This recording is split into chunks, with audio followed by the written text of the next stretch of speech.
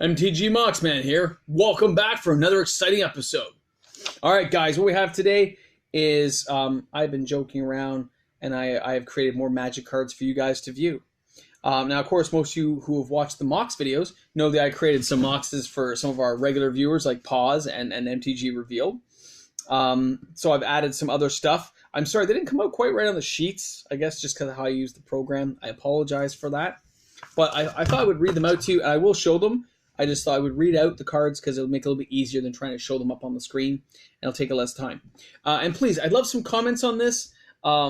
Please spread this around to other viewers. I'd love to have people come and view the channel and see what they think of this particular video, because I love creating magic cards. I always have, from back in the day to now. I just take it a little more seriously now since some people really did enjoy some of the things I did. So let's start things off. Okay, the first card is Timestep. This is 2 blue and 2 colorless. Take an extra turn after this one.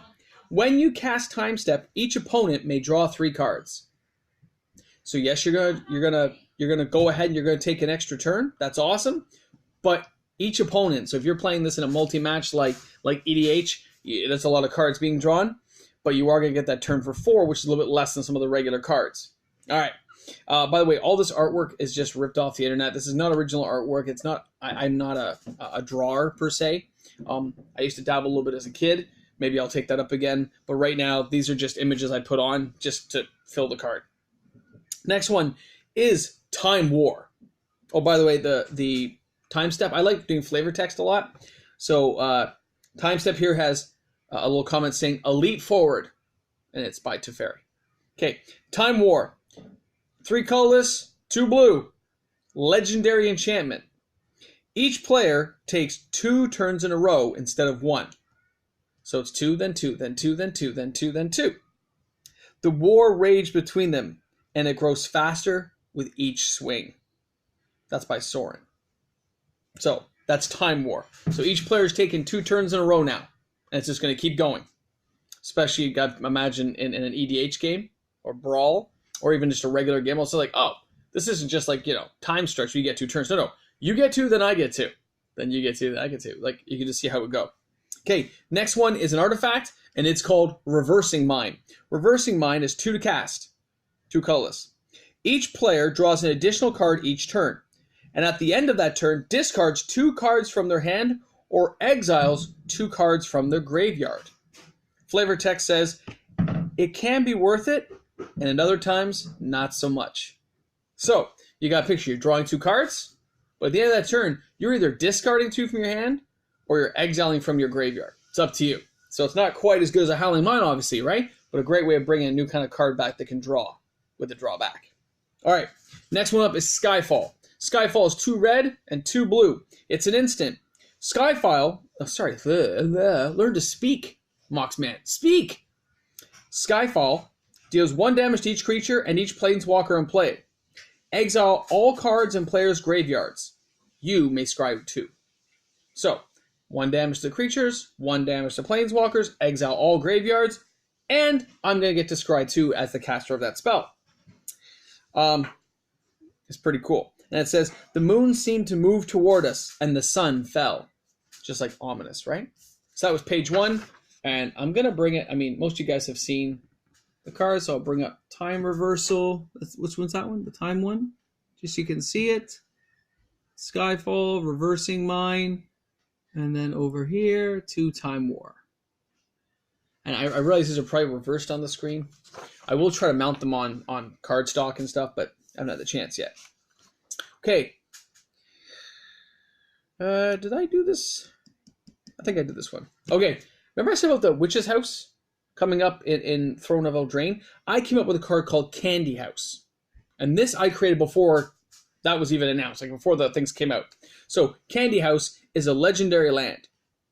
I heard Throne of Eldraine was coming out. It was with Fairy Tales, but I made this myself. Add 2 black to your mana pool. At the end of your turn, sacrifice all creatures you control unless a target opponent gain life this turn. So unless some opponent gets to get some life, and when you use that 2 mana, you're losing all your creatures. Unless you're not playing with a creature deck, or unless you found a way to make your opponent gain some life that turn. Very cool. Okay, that was Candy House. Legendary land, it was a mythic. So we have Witch of the House. Get it? Candy House, Witch of the House. All right. She is 1 green, 1 black, and 4 other. Legendary Witch. When Witch of the House enters play, target opponent sacrifices all humans they control. Because obviously the witch is like taking out the humans. And it says, "Come, children, taste the candy. It's sweet." Very cool little ominous witch. All right. Now I also went with a few other cards like Tree War Leader. He is 4 green. He is a 3/3 creature. He is a tree folk. All other tree folk you control gain +2/+2 and trample. So he's going to stay at 3/3, but everyone else gets kind of pumped up.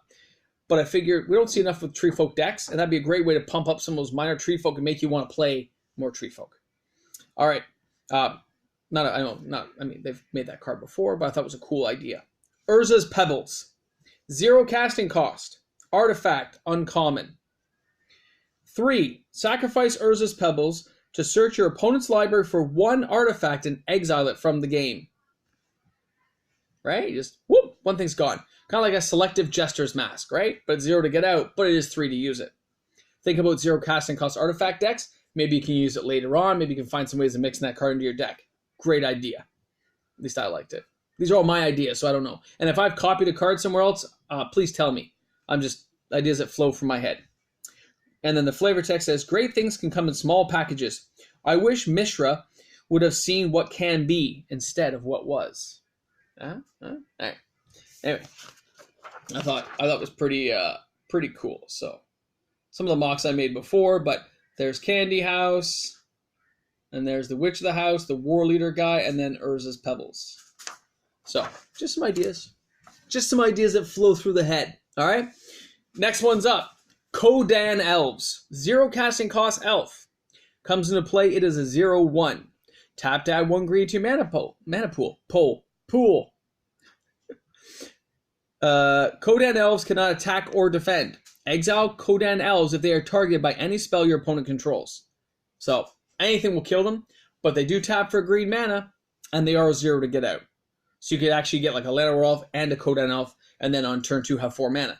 But if they do anything that targets it, even a 0 casting cost Fireball, dead. Okay? Creature Elf, it's an uncommon. Alright, next card up is a legendary Thrall. We don't see Thralls anymore. I think we should bring them back. Sovak Deathbringer. 3 black, 3 other, legendary. First strike, lifelink, and death touch. Rampage 4. Remember Rampage? All Thralls gain first strike. Tap to put a Thrall card from your hand into play, and he's a 9/9 for 6. He is a beast. He is legendary, but he is a beast if you can get that guy into the battlefield. Right? And I was like, So, big Thrall.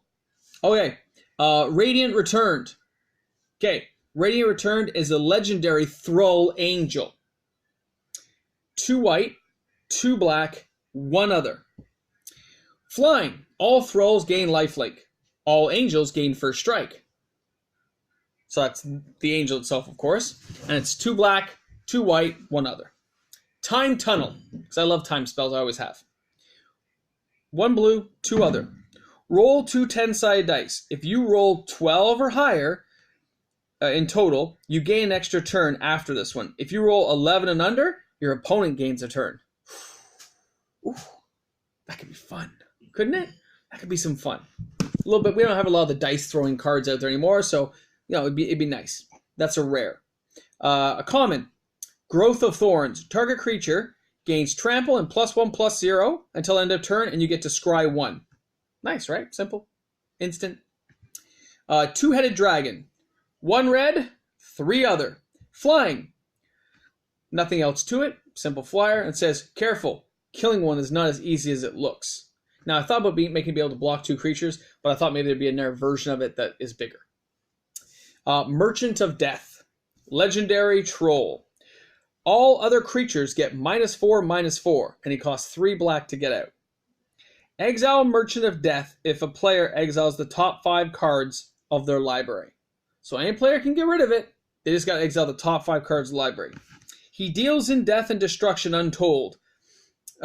He deals in death and destruction untold. Trust him not, I say. Sorin, Vampire Lord. Okay, do I have time to keep going here? I think I have a little bit of time. I'm just going to get things Go in there. All right. I got to start this up. I want to finish one more. Two more. Sorin, Vampire Lord. 2 white, 1 black. His +1, it comes in as a 2. His +1 ability is to put a 1/1 vampire token into play with lifelink. His other +1 power is to put a human token into play that has tapped to gain 1 life. His -3 power is to put a creature card from your graveyard into your hand if it's a vampire or a human. His -8 is you get an emblem that during your upkeep, you get to put 5 human tokens that are 1/1 or 5 vampire tokens that are 1/1. Cool, right? That I mean, I know it's 5 little creatures, but it'd be cool. It'd take them a long time to get there, but it'd be cool. And sorry, I'm still multitasking here. Bear with me. The last card I'm going to cover today is Serra the Glorious. Serra the Glorious, by the way, is 1 white, 3 other. All creatures in play with flying get +1/+1 is their +1 power. -1, put a 1/1 flying angel into play. -10, put 10 angel tokens with flying into play. Treat them as 1/1 creatures, and she comes in as a 5. So it takes her a while to get there. She gets a little fleet of little tiny 1/1 guys. I thought it was pretty styling. I thought it was a good idea. Let me know what you guys think. By the way, in my little story here, it's a return to Dominaria with some time travel that Teferi has messed up. And he has brought Serra back to life without Feroz. But Nissa has come to Dominaria to help free the plant life and wildlife. So they're at war with each other, is what's happened. And some minor planeswalkers are involved. So that's what's happening. You'll see a lot of Serra cards, and you're going to see a lot of green cards that kind of pump up to get their stuff up. That's my little story theme. So I'll finish the rest tomorrow. Hope you guys enjoyed it. Sorry the video ran a little bit long. If you're new to the channel, hope you enjoyed it. Thanks a lot for tuning in. Hit the subscribe button at the bottom if you like what I'm doing. Help support me. I need to know there's people out there. Of course, for my regulars, pause. MTG revealed you guys rock. I don't know where Andrew L and them have been downs. Thanks a lot, guys. You guys rock. See you soon.